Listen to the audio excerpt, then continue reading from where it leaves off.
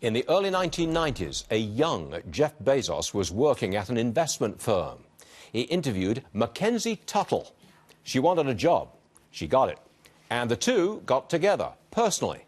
They married in 1993, and soon after the wedding, the couple drove to Seattle, and Jeff started an online bookstore, Amazon.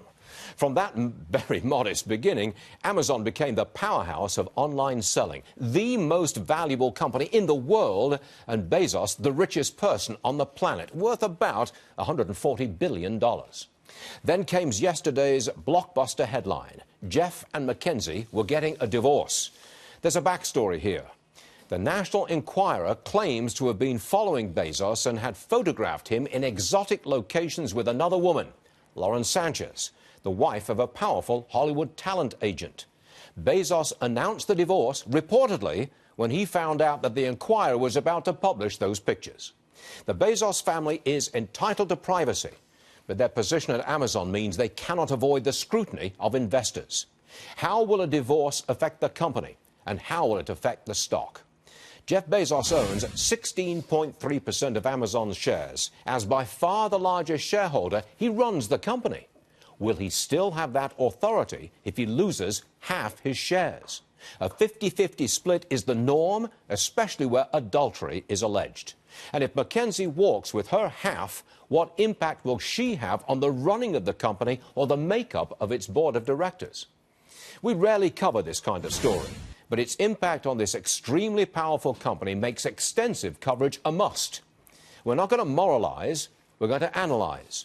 Millions of people have put their money into Amazon. They are entitled to know what happens to their money now.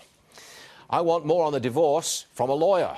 Joining us now is Doug Burns, former federal prosecutor. Doug, welcome back to the program. Thank you. Appreciate it. Am I right in saying that where adultery is alleged, and if it's a community property state, and I believe it is, then a 50-50 split is perfectly normal? Yeah, but it's not even just tied to adultery. In the state of Washington, if that's where they're going to file it, it's a community property state. Now, here's the interesting thing, though. The reason this case is unusual is because you have a CEO who accumulated the bulk, the vast, while he was married. That's often statistically not the case. A lot of CEOs have accumulated a lot. Maybe they get into a second marriage, okay? And the second unusual distinguishing point, real quick, is that the vast, vast, vast bulk of the worth of the assets is in the stock. That's also not the case usually. So you can say, well, to make up for the stock point, you're going to get these assets, but here, it's such a huge amount. So now, into your point, and you're so right, how's that going to impact the company? I heard some people on your show saying, and they're right, they could turn around and adjust, you know, the shares of stock in terms of voting rights. That's one possibility.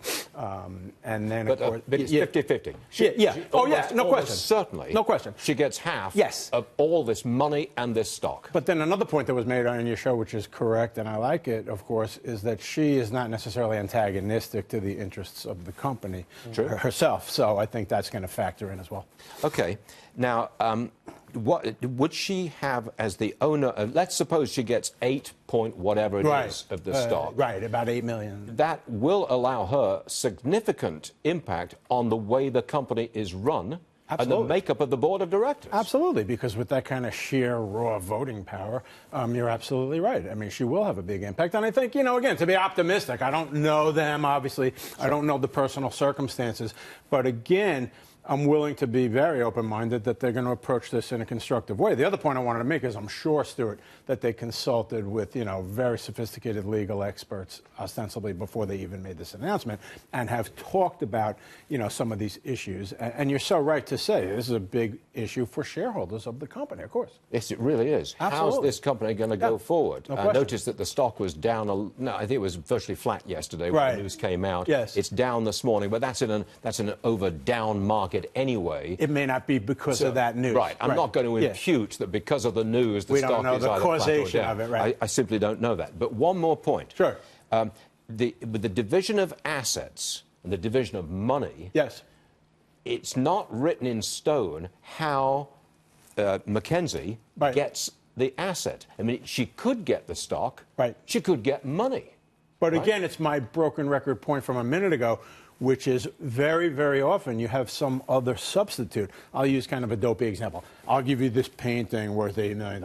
But here again, the bulk, the vast majority of the money's in the stock, so there may not be, I really don't know, I haven't studied all the financials, but it may not be substitute assets, so it may come down to the stock, which, to tie right back to your original thesis, may affect the company. Sure looks like it. Doug, thanks very much for coming. My pleasure. At short notice. We always appreciate it. Okay. Thank you, sir. Good stuff. Sure.